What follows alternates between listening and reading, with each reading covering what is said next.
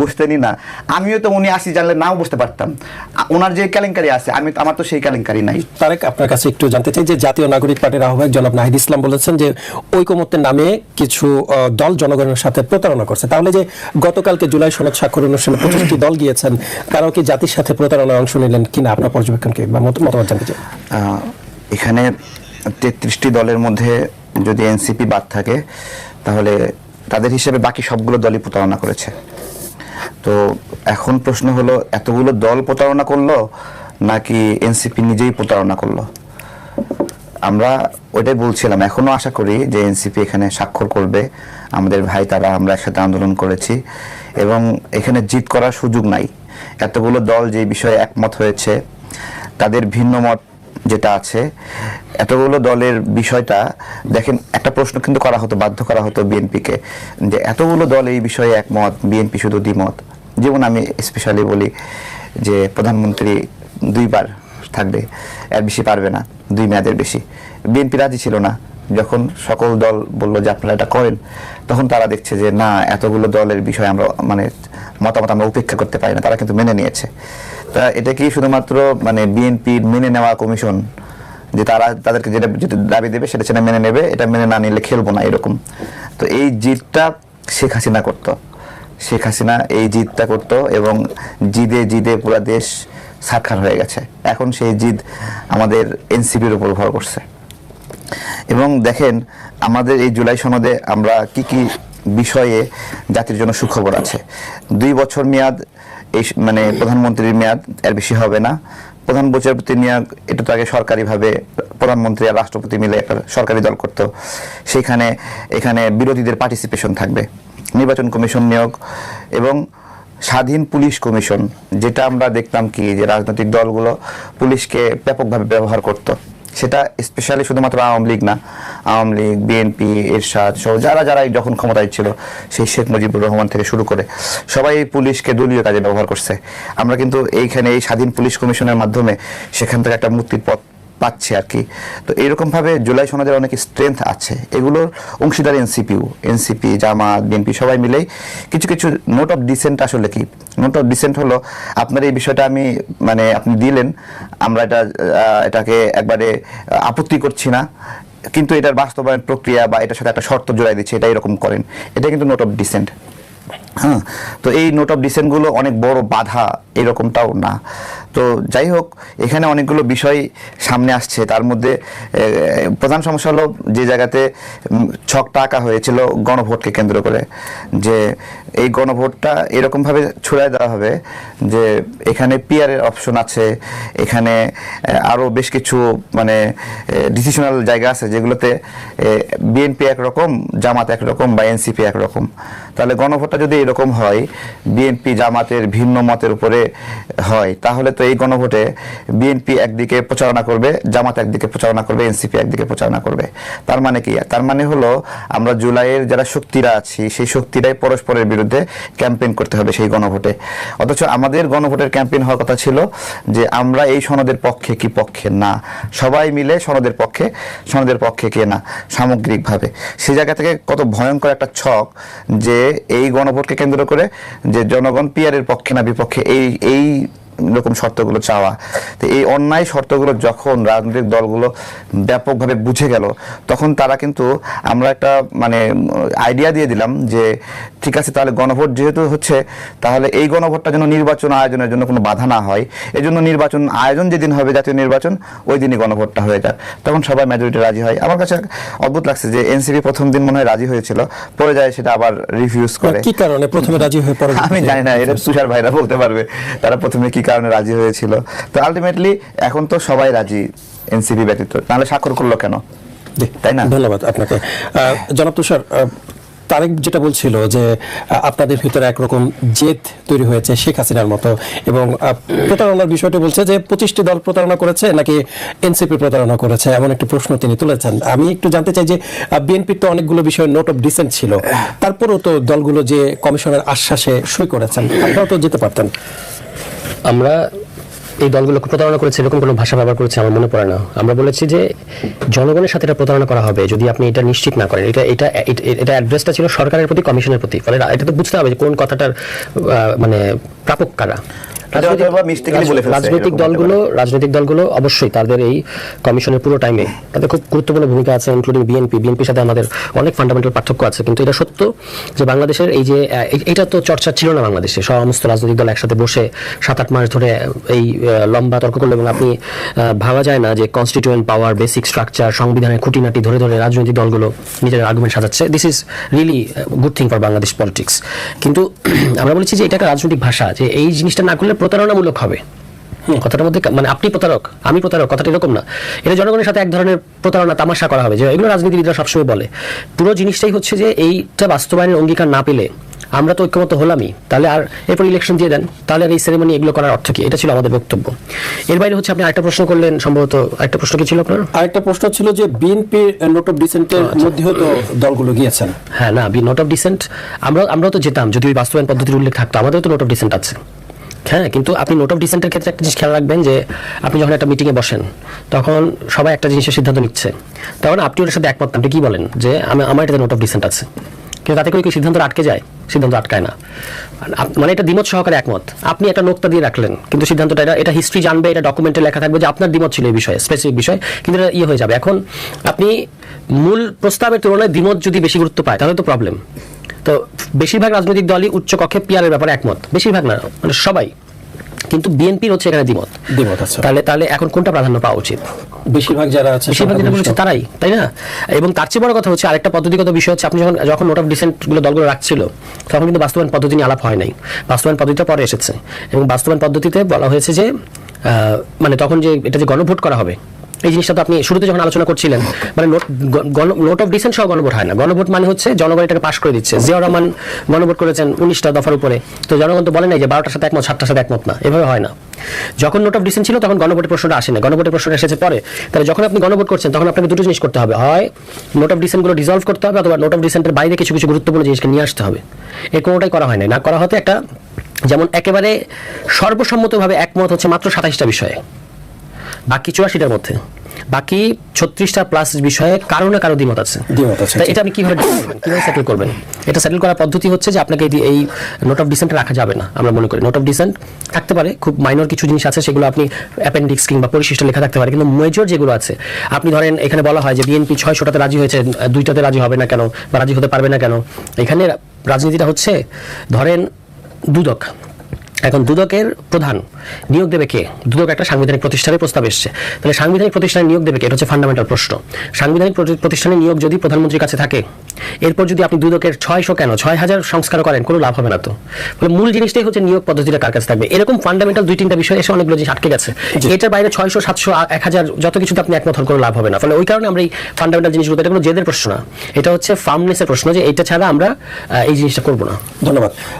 জনাব তার আগে একটু জানতে চাই যে আপনি তো একটি মন্তব্য করেছেন যে যারা মন দিয়ে জুলাই আন্দোলন করেনি তারা জুলাই সনদে সাইন করবে না। তো জুলাই আন্দোলনে তো আমরা দেখেছি যে এনসিপি সামনের সারিতে ছিল, প্রধান পক্ষ জুলাইয়ের, কিন্তু তারা তো জুলাই সনদে সাইন করেনি। আপনি কি বলতে চাচ্ছেন যে তারা প্রধান পক্ষ নন অথবা মন দিয়ে তারা জুলাই আন্দোলন করেনি? দেখুন, আমরা যে বৈষম্য বিরোধী আন্দোলন করেছি, সেই বৈষম্য বিরোধী আন্দোলনের আমরা সবাই কিন্তু অংশ একটা, কিন্তু এনসিপি যে রাজনৈতিক দল, সেই রাজনৈতিক দলের সবাই কিন্তু সেই জায়গায় হিরোইক ভূমিকা পালন করছে এরকম বলা যাবে না। তাদের রাজনৈতিক প্রক্রিয়া বাস্তবায়নে আগায় নিতে অনেক সেলিব্রিটিকে যুক্ত করেছে, অনেক ইনফ্লুয়েন্সারকে যুক্ত করেছে, বা রাজনৈতিকভাবে অনেক বুঝে তাদেরকে যুক্ত করেছে, কিন্তু তাদের সবাই যে আমাদের এই গণ অভ্যুত্থানে মানে সুন্দর অবদান আছে, একটা সুন্দর ছবি দেখাতে পারবে, একটা সুন্দর ভিডিও দেখাতে পারবে, অথবা কোনো একটা অঞ্চলের নিয়ন্ত্রণ নিয়ে সে এলাকাকে গাইড করেছে, কোনো একটা ভালো মুভমেন্টে তারা ভালো মুভ দিয়েছে, এইরকম দেখাতে পারবে। আমরা সেই জায়গায় বলেছি যে যদি এই লড়াইটা আমাদের এইখানে সাহসী যোদ্ধারা যেভাবে করেছে, তারা যদি এখানে সাইনিং এ থাকে, তাহলে তারা ছোটখাটো বিষয়ে ছাড় দিয়ে সাইন করে ফেলতো। যাদের এই মায়াটা নাই তারা ওইটা করতে পারবে না।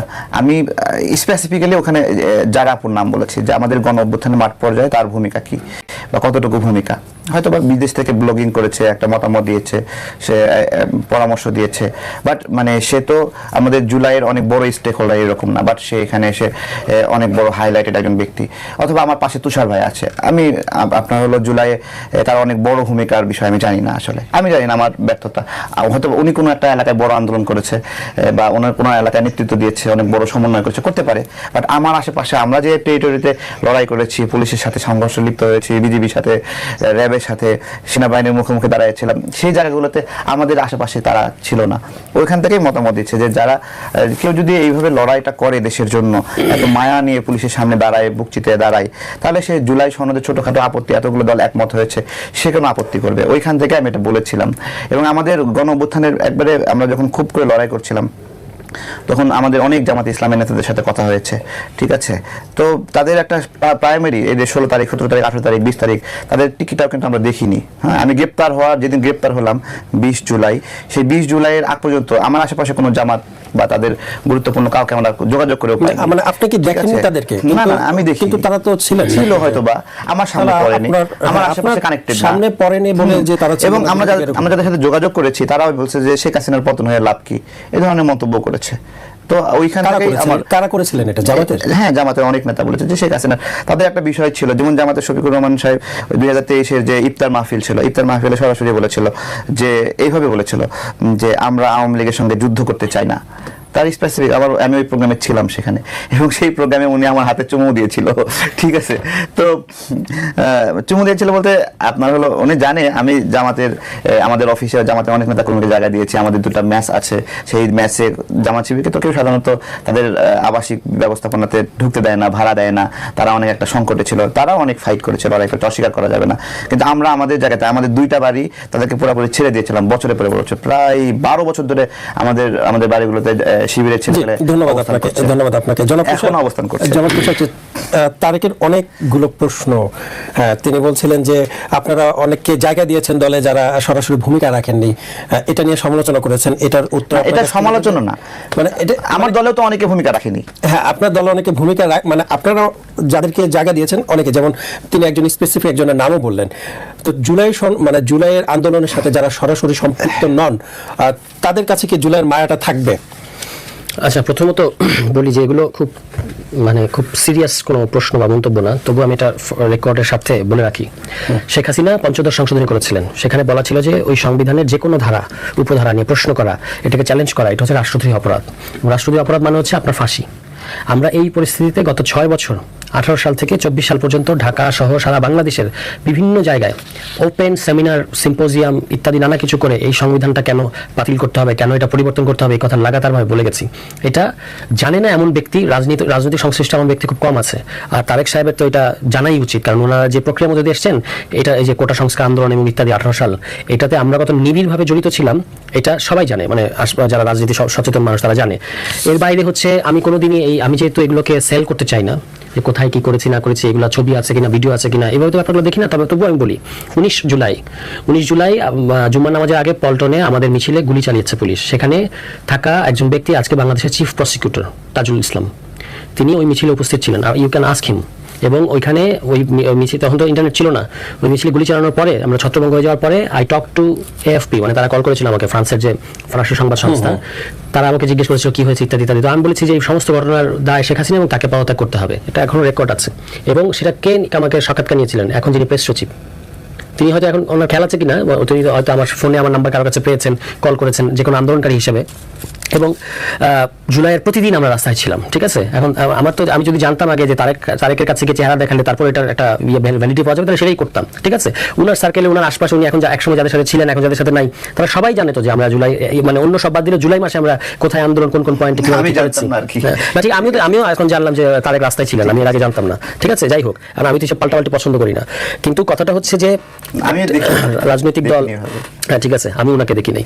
এখন এইরকম হবে, সবাই কি এটা কি সবাই কি সবার সামনে থাকবেন নাকি? না, আমি ওটাই বললাম যে আমি দেখি নাই, আপনি হয়তো কোথাও ভালো মুভ করেছেন, ভালো জেনেছেন। Okay. চিফ প্রসিকিউটরের নাম বলেন, তিনি ছিলেন, তিনি গুলিবিদ্ধ হয়েছিলেন। না, তিনি গুলিবিদ্ধ হন নাই, তিনি মিছিলে ছিলেন। মিছিলে ছিলেন। এখন আপনি বলতে পারেন যে গুলিবিদ্ধ হয় না, তার মানে উনি আন্দোলনে ছিলেন। না, ঠিক আছে, না, আপনি ছিলেন এটা বলেন আর কি, চিফ প্রসিকিউটর ছিলেন। হ্যাঁ ছিলেন তো উনি ওই মিটিং এ, আমি ওই মিছিলে, এটা হলো 19 জুলাই, আমি তারিখ সহ বলতেছি। উনি আপনাদের সংগঠনের না? না, আরে ভাই, আন্দোলনে কি একই সংগঠনের সবাই থাকতে হয়? আমরা পল্টনে মানে মিছিল নিয়ে দাঁড়ানো, মানে সমাবেশ হচ্ছে ওখানে গণতন্ত্র মঞ্চের, এবং তারপর এই পার্টির মিছিলটা আসলো, ওখানে জয়েন করলো, তারপরে এই দুই সংগঠন মিলে প্রেস ক্লাবের দিকে যখন আগালো তখন ওখানে পুলিশের গুলি চলে। ঠিক আছে, ফলে উনি ওখানে উপস্থিত ছিলেন। ওনার কিছু আমি ছিলাম কিনা এটা জিজ্ঞেস করা দরকার নেই। 19 তারিখে ধরনের ঘটনা ঘটেছে কিনা এটা উনি বললেই তো পারেন, উনি তো জানেন। সেটা আমার কথা না। এখন ধরেন একটা রাজনৈতিক দল যখন হয় তখন সবাইকে একেবারে বিরাট সংগ্রামী হতে হবে এরকম কোনো কথা না। একটা রাজনৈতিক দলে বিভিন্ন মানুষের বিভিন্ন রোল থাকে।